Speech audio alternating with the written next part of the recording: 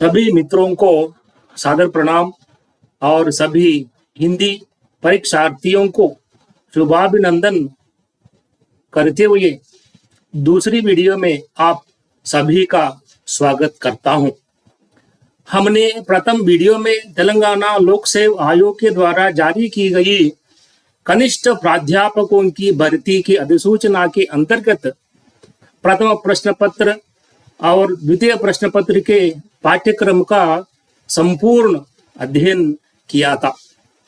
हमने यह भी देखा है कि द्वितीय प्रश्न पत्र का संपूर्ण पाठ्यक्रम हिंदी साहित्य के इतिहास, हिंदी भाषा का विकास और हिंदी की लिपि देवनागरी, उसका उद्भव एवं विकास पर ही निर्भर है। देखिए, तो इस संदर्भ में मैं आप लोगों के सामने एक विषय को प्रस्तुत करता हूं।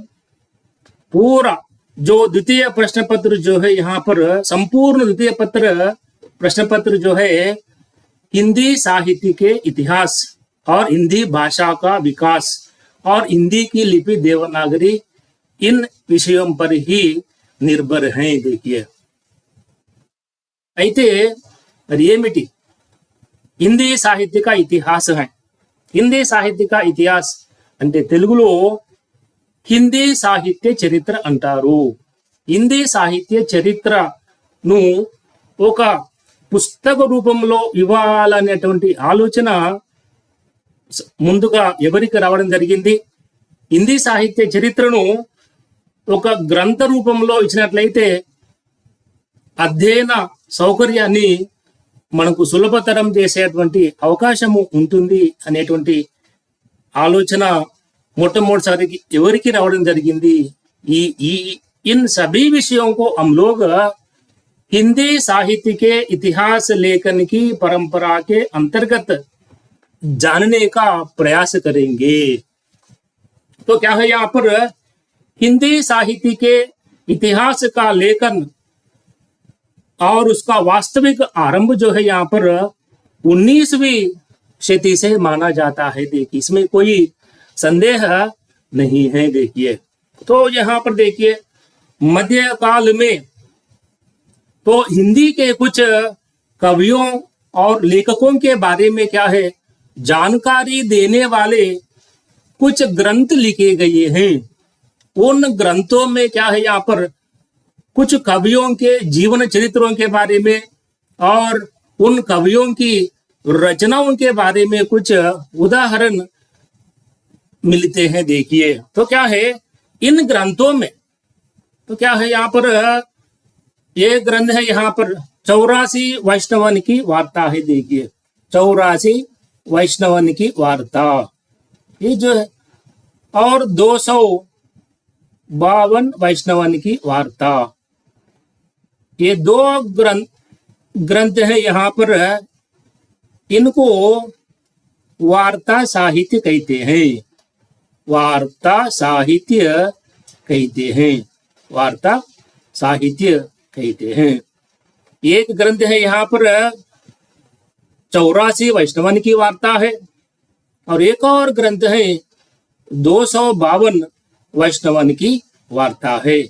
इन दो ग्रंथों को वार्ता साहित्य कहते हैं।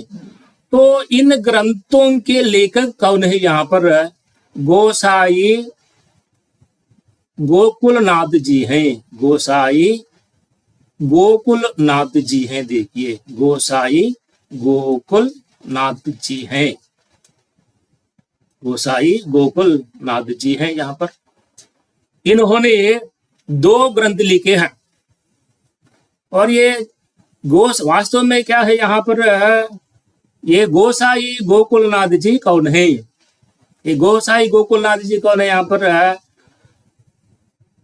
गोसाई विठलनाथ जी का पुत्र है। गोसाई विठलनाथ जी का पुत्र है। गोसाई विठलनाथ का पुत्र है। देखिए, गोसाई विठलनाथ जी का पुत्र है। गोसाई विठलनाथ जी कौन है? गोसाई विठलनाथ जी कौन थे? तो हम लोग भक्ति काल के अंतर्गत और सगुण भक्ति धारा के अंतर्गत कृष्ण भक्ति धारा में या कृष्ण भक्ति शाखा में ये गोसाई विठलनाथ जी के बारे में देख सकते हैं। तो इनका योगदान क्या है, गोसाई विठलनाथ जी का योगदान क्या है, और इन्होंने क्या किया था, अष्टचाप का गठन किया था। देखिए, अष्टचाप का गठन किया था गोसाई विठलनाथ जी ने। और उनके क्या है, यहाँ पर गोसाई विठलनाथ जी के 7 पुत्र थे, और ये गोसाई गोकुलनाथ जी चौथे पुत्र थे। गोसाई गोकुलनाथ जी ने 84 वैष्णवन की वार्ता और 252 वैष्णवन की वार्ता 2 ग्रंथ गोसाई गोकुलनाथ जी ने लिखे थे।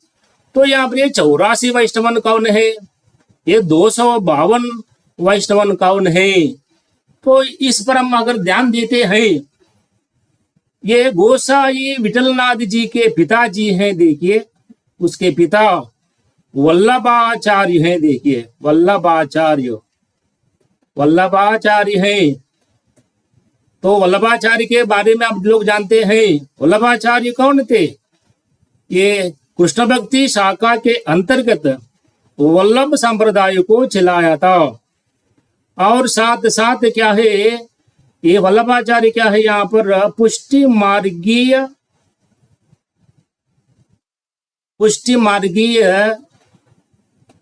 निर्दिष्ट प्रवर्तक माने जाते हैं। कौन, ये वल्लभाचार्य हैं। तो वल्लभाचार्य के कितने शिष्य थे, 84 शिष्य हैं। और गोसाई विठलनाथ जी के कितने शिष्य हैं, ये 252 शिष्य हैं। तो क्या है, गोसाई गोकुलनाथ जी ने क्या किया था, अपने पितामह वल्लभाचार्य के जो 84 शिष्य हैं, उनके बारे में, उन कवियों के बारे में और उन कवियों का उल्लेख करते हुए तो क्या है, 84 वैष्णवन की वार्ता नामक ग्रंथ लिखा था। तो उसी प्रकार गोसाई गोकुलनाथ जी ने अपने पिताजी के जो 252 शिष्य हैं, ये 252 शिष्यों के बारे में एक ग्रंथ लिखा था। ये किन्होंने लिखा था, गोसाई गोकुलनाथ जी ने लिखा था। ये 252 वैष्णवन की वार्ता लिखा था। देखिए, इनमें क्या है, यहाँ पर ये कवि जो है, यहाँ पर मध्यकालीन साहित्य के कुछ कवि के रूप में हम देख सकते हैं। और उसके बाद में क्या है, यहाँ पर एक और है, यहाँ पर देखिए, ये भक्तमाल है। ये भक्तमाल की रचना किन्होंने की थी, नाभादास जी ने की थी। नाभादास ने की थी। तो नाभादास ने, ये नाभादास का संबंध किस शाखा से है, राम भक्ति शाखा से है यहाँ पर। तो नाभादास ने भक्तमाल नामक ग्रंथ लिखा था। इसमें देखिए, यहाँ पर इसमें 200 भक्त कवियों के चमत्कार पूर्ण चरित्रों का उल्लेख इसमें मिलता है। किस ग्रंथ में मिलता है, भक्तमाल में मिलता है। ये भक्तमाल किनकी रचना है, देखिए किनकी रचना है, नाभादास की रचना मानी जाती है। तो यहाँ पर ये इन 3 ग्रंथों में देखिए, यहाँ पर देखिए, किसी धर्म या संप्रदाय की दृष्टि से क्या है, और इन कवियों का उल्लेख किया गया है। ऐतिहासिक दृष्टि से इन कवियों का उल्लेख नहीं किया गया है। देखिए, केवल क्या है, यहाँ पर धर्म या संप्रदाय की दृष्टि से यहाँ पर गोसाई गोकुलनाथ जी ने, और यहाँ पर देखिए अपनी रचनाओं में 84 कवियों के बारे में या 252 कवियों के बारे में क्या है, उल्लेख करने का प्रयास किया था। देखिए, वास्तव में इन ग्रंथों में देखिए ऐतिहासिकता का अभाव पाया जाता है।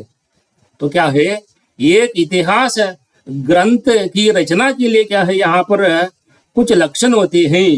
इन लक्षणों की कमी इन ग्रंथों में पाई जाती है, इन ग्रंथों में पाई जाती है। देखिए, और साथ साथ क्या है यहाँ पर इन ग्रंथों में ऐतिहासिक चेतना का अभाव पाया जाता है। तो क्या है, और इन ग्रंथों को क्या है यहाँ पर इतिहास ग्रंथों के रूप में हम नहीं देख सकते हैं, नहीं देख सकते हैं, क्योंकि इतिहास के लेखन की कुछ पद्धतियां होती हैं। इन पद्धतियों का क्या है यहाँ पर प्रयोग इनमें नहीं हुआ था। इन ग्रंथों में क्या है यहाँ पर इतिहास के लेखन की पद्धतियां नहीं अपनाई गई हैं। और इतिहास ग्रंथ के लेखन में क्या है यहाँ पर हम लोग देख सकते हैं, आगे आगे देख सकते हैं, गारसार तासी से लेकर और डॉक्टर गणपति चंद्रगुप्त तक क्या है यहाँ पर देखिए इतिहास के लेखन की 4 पद्धतियां अपनाई गई है। The modern vernacular literature of Hindustan में क्या है यहाँ पर काल विभाजन से लेकर और डॉक्टर गणपति चंद्रगुप्त का जो प्रसिद्ध ग्रंथ है उसमें हिंदी साहित्य के इतिहास का विभाजन एवं नामकरण किया गया है। उस ग्रंथ का नाम है हिंदी साहित्य का वैज्ञानिक इतिहास है।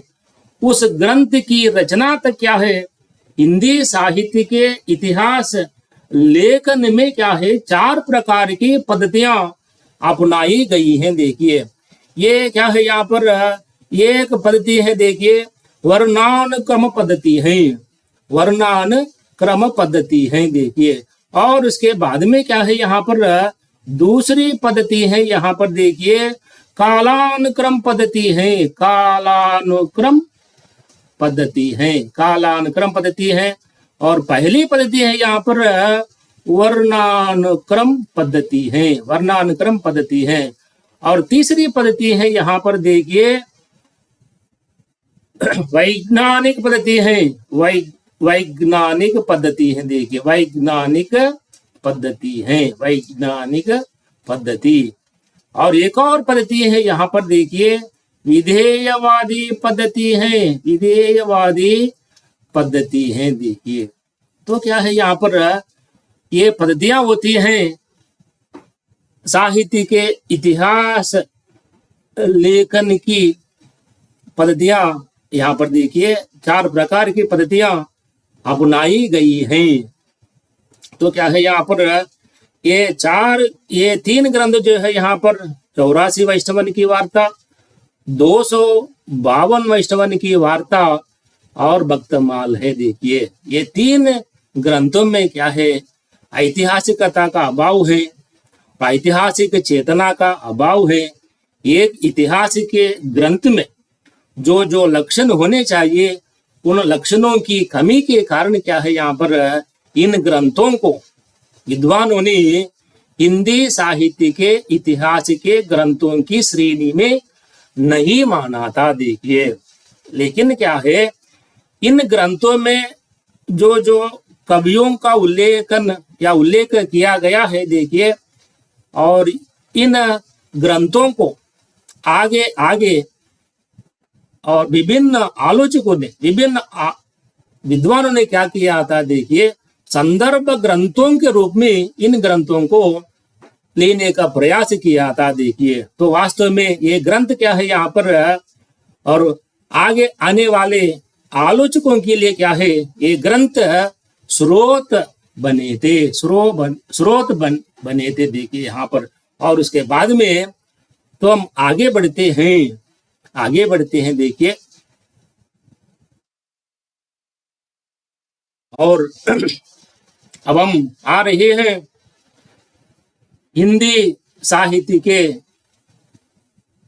इतिहास लेखन की परंपरा में हम कदम रखने का प्रयास कर रहे हैं। देखिए, बड़े आश्चर्य की बात है, देखिए बड़े आश्चर्य की बात क्या है यहाँ पर, देखिए अब तक की जानकारी के अनुसार हिंदी साहित्य के इतिहास का सर्वप्रथम लेखक एक विदेशी विद्वान माने जाते हैं और उसका नाम यहाँ पर गारसादा तासी है। देखिए, गारसादा तासी माने जाते हैं। तो क्या है, यहाँ पर हमारे भारत में बोली जाने वाली हिंदी भाषा के बारे में, उसके साहित्य के बारे में और उसके साहित्य के इतिहास के बारे में लिखने के लिए जो सबसे पहला विचार आया था और किनको आया था, एक विदेशी विद्वान को आया था। उस विदेशी विद्वान का नाम है यहाँ पर गारसादा तासी है। गारसादा तासी है। देखिए,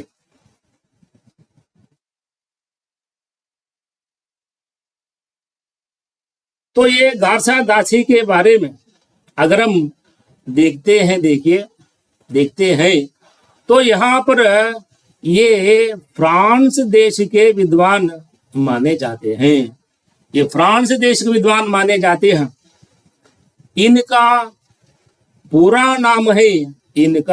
नाम है जोसेफ एलियोडोर सगासी पेरिटो गारसिन दी तासी।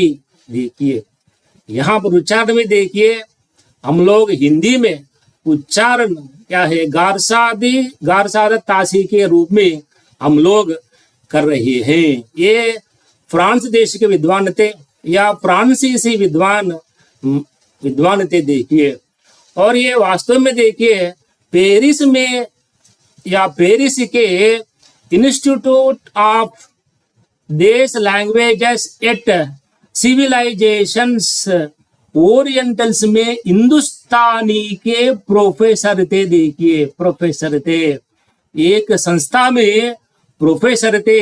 उस संस्था का नाम है यहाँ पर इंस्टीट्यूट ऑफ देश लैंग्वेजेस एट सिविलाइजेशंस ओरिएंटल्स में क्या है, हिंदुस्तानी के प्रोफेसर के रूप में काम करते थे। देखिए, तो अभी हमने देखा है हिंदी साहित्य के इतिहास की ओर, सबसे उसके लेखन की ओर सबसे ध्यान देने वाले लेखक माने जाते हैं। और कौन है यहाँ पर, गारसादा तासी माने जाते हैं। तो इन्होंने हिंदी साहित्य के इतिहास के लेखन की ओर ध्यान देते हुए एक ग्रंथ लिखा था। देखिए, एक ग्रंथ लिखा था।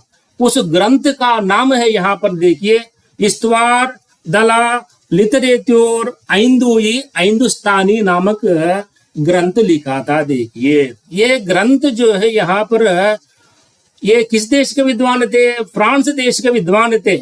इसलिए उन्होंने अपने ग्रंथ को ये फ्रेंच भाषा में लिखा था। किस भाषा में लिखा था, फ्रेंच भाषा में लिखा था। देखिए, कौन सा ग्रंथ लिखा था, इस्तवार दला लिटरेचर हिंदुस्तानी ग्रंथ इन्होंने लिखा था। देखिए, और ये ग्रंथ जो है यहाँ पर कितने भागों में प्रकाशित हुआ था, 3 भागों में प्रकाशित हुआ था। प्रथम भाग सन 1839 में प्रकाशित हुआ था और द्वितीय भाग जो है यहाँ पर सन 1847 ईस्वी में प्रकाशित हुआ था और तीसरा भाग है सन 1871 में प्रकाशित हुआ था। देखिए, तो किस भाषा में लिखा गया था, यहाँ पर फ्रेंच भाषा में लिखा गया था।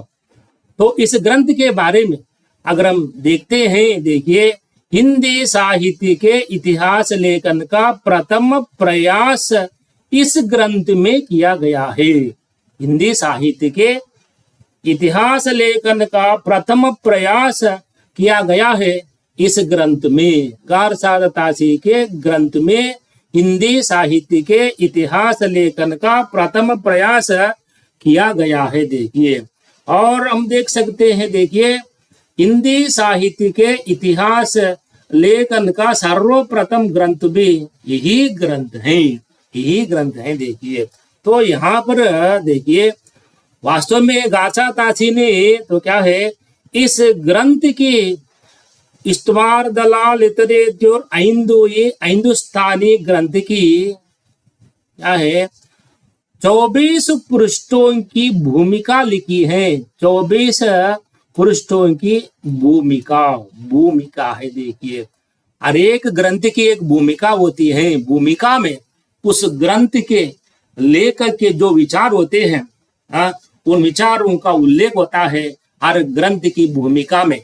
उसी प्रकार इस्तवार दला लिटरेचर हिंदुस्तानी ग्रंथ की 24 पृष्ठों की जो भूमिका होती है, उस भूमिका में लेखक गारसा तासी ने तो क्या किया था, यहाँ पर हिंदी भाषा और उसके साहित्य के विषय के बारे में अपना विचार प्रकट करते हुए उर्दू भाषा को क्या किया था, गारसादा तासी ने क्या किया था, उर्दू भाषा को क्या है, किस भाषा के अंतर्गत माना था, हिंदी भाषा के अंतर्गत माना था। ये महत्वपूर्ण बिंदु होती है। देखिए, ये महत्वपूर्ण बिंदु होती है। आप लोग तो क्या है, यहाँ पर मेरे व्याख्यान को सुनने का प्रयास करना चाहिए। केवल शामपट को जो मैं लिखता हूं उसी पर ध्यान देना ही नहीं है, मेरे सुदीर्घ व्याख्यान को भी आप लोगों को सुनने का प्रयास करना चाहिए। ध्यान से सुनते हुए कुछ नोट्स लिखते रहना चाहिए। वीडियो को देखते हुए और दूसरी बार देखते हुए, तीसरी बार देखते हुए क्या है यहाँ पर, और सुनते हुए क्या करना चाहिए, आप लोगों को नोट्स तैयार कर लेना चाहिए। एक अच्छी आदत है। देखिए, यहाँ पर देखिए, और अभी मैंने बताया है कि देखिए, इस्तवार दला लिटरेचर हिंदुस्तानी ग्रंथ की 24 पृष्ठों की भूमिका में गारसा तासी ने क्या किया था, हिंदी भाषा और उसके साहित्य के बारे में अपना विचार प्रकट करते हुए उर्दू भाषा को हिंदी के अंतर्गत माना था। देखिए, हिंदी के अंतर्गत माना था। तो क्या है, इस ग्रंथ में देखिए, इस ग्रंथ में हिंदी और उर्दू के जो है यहाँ पर देखिए 738 कवियों के बारे में और उनकी रचनाओं का उल्लेख करने का प्रयास किया था। देखिए, हिंदी और उर्दू के 738 कवियों का परिचय उन्होंने दिया था। देखिए, तो क्या है, इसमें अधिक संख्या में क्या है, उर्दू के कवियों को ले लिया था। और इन 738 कवियों में क्या है, यहाँ पर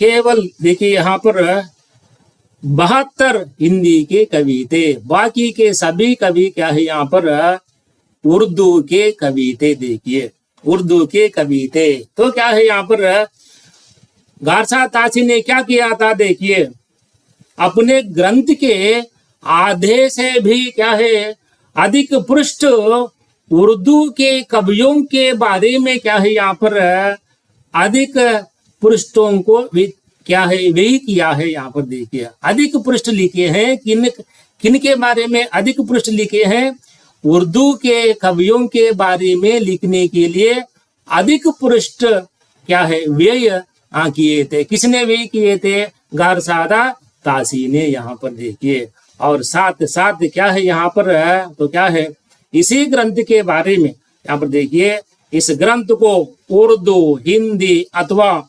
हिंदुस्तानी साहित्य का सर्वप्रथम इतिहास ग्रंथ माना जाता है।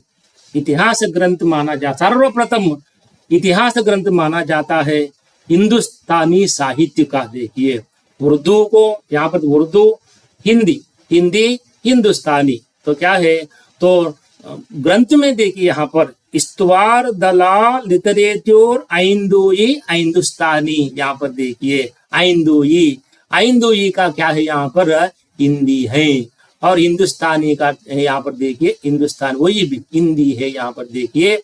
और इस्तवार है, यहाँ पर इतिहास है। तो क्या है यहाँ पर उर्दू, हिंदी अथवा हिंदुस्तानी साहित्य का सर्वप्रथम इतिहास ग्रंथ माना जाता है गारसाद तासी के ग्रंथ को। और बाद में क्या है, इस ग्रंथ ने हिंदी साहित्य की दीर्घकालीन बिखराव को सूत्रबद्ध किया है, सूत्रबद्ध किया है। देखिए, दीर्घकालीन हिंदी साहित्य की जो दीर्घकालीन परंपरा है, उसका जो बिखराव है, उसके बिखराव को सूत्रबद्ध किया है। एक प्रकार से क्या है यहाँ पर प्रवर्तन किया है किन्होंने, गारसादा तासी ने। हिंदी साहित्य के इतिहास के लेखन का जो प्रवर्तन है यहाँ पर किन्होंने किया था, गारसादा तासी ने किया था।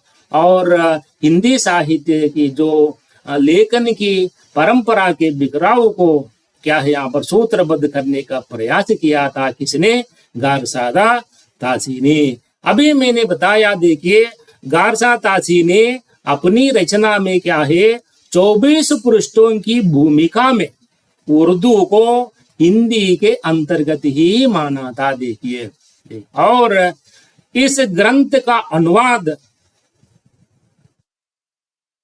हिंदी में किया गया है।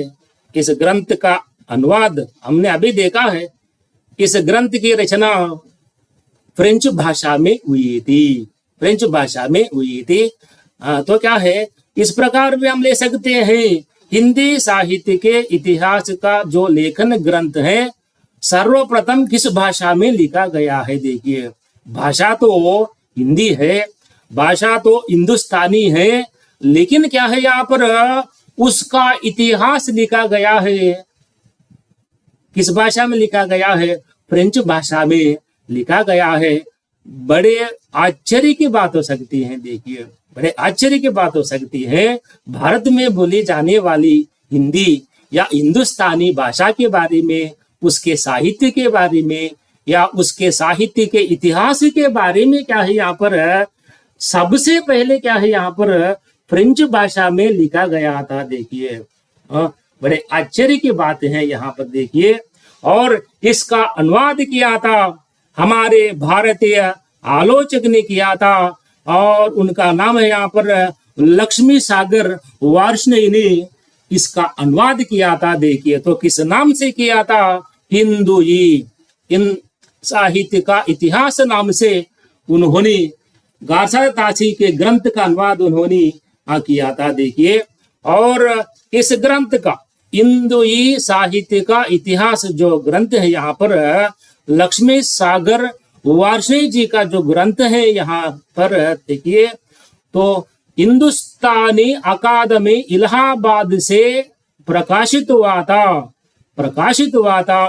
तो किस वर्ष में प्रकाशित हुआ था, सन 1952 ईस्वी में प्रकाशित हुआ था। देखिए, उसका अनुवाद भी हुआ था, बहुत बड़ा महत्वपूर्ण कार्य किया था हमारे भारतीय आलोचक ने किया था। देखिए, और किस नाम से किया था, हिंदुई साहित्य का इतिहास नाम से किया था। देखिए, बड़ा महत्वपूर्ण कार्य उन्होंने किया था। देखिए, और उसके बाद में देखिए, वास्तव में देखिए मेरी यहाँ पर देखिए, गारसादा तासी के ग्रंथ में अभी हमने देखा है 738 कवियों के बारे में विवरण दिया गया है। देखिए, और हिंदी के प्रधान कवियों की जीवनियों के बारे में भी ध्यान दिया गया है, और उन कवियों के क्या है यहाँ पर उनकी कृतियों के बारे में, उनकी रचनाओं के उदाहरणों के बारे में भी उन्होंने उदाहरण दिया था। लेकिन क्या है यहाँ पर इस ग्रंथ में कुछ क्या है यहाँ कुछ त्रुटियां पाई जाती हैं, कुछ त्रुटियां पाई जाती हैं।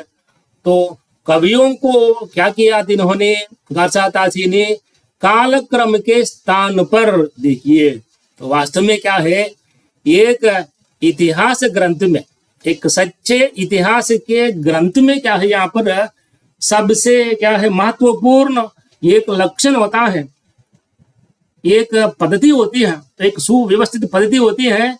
कौन सी पद्धति है यहाँ पर, युगीन परिस्थितियों का वर्णन करने के लिए कालक्रमान पद्धति होती है, उसका उपयोग करना चाहिए। देखिए, लेकिन गारसा तासी ने क्या किया था, ये 738 कवियों के बारे में, उनकी जीवनियों के बारे में, उनकी कृतियों के उदाहरणों के बारे में जब उन्होंने उल्लेख किया था, तब तो क्या किया था, उन्होंने वर्ण क्रमानुसार प्रस्तुत करने का प्रयास किया था। देखिए, वर्ण क्रमानुसार प्रस्तुत करने का प्रयास किया था। देखिए, वास्तव में ये ग्रंथ किस भाषा में लिखा गया था, फ्रेंच भाषा में लिखा गया था। तो फ्रेंच की वर्णमाला के अनुसार उन्होंने 738 कवियों का परिचय या उनकी जीवनियों का परिचय उन्होंने नहीं दिया था। अंग्रेजी वर्ण माला के अनुसार उन्होंने उन कवियों का परिचय देने का प्रयास किया था। ये नितांत तो क्या है, यहाँ पर असंगत माना जाता है और अप्रामाणिक माना जाता है। देखिए, तो क्या है, उदाहरण के लिए अंग्रेजी की वर्णमाला के अनुसार अगर हम लेते हैं तो आदि काल में या वीरगाथा काल में आने वाले खड़ी बोली के प्रथम कवि के रूप में हम देख सकते हैं, और उसका नाम है यहाँ पर अमीर खुसरो है।